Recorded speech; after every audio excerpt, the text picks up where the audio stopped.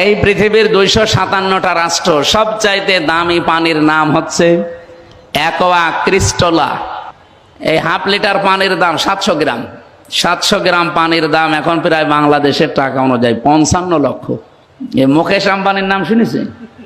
ভারতে ওর স্ত্রী নীতা আম্বানি এটা পান করে প্রতিদিন অন্তত 3-4 লিটার করে তো যায়। সত্য মিথ্যা যাচাই করার দায়িত্ব আপনাদের, আমি সঠিক জানি না।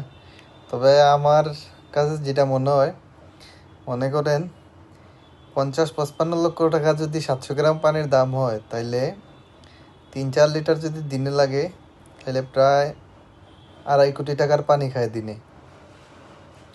এটাও সত্য। আমার আমি বলবো না এটা মিথ্যা, হতে পারে সত্য।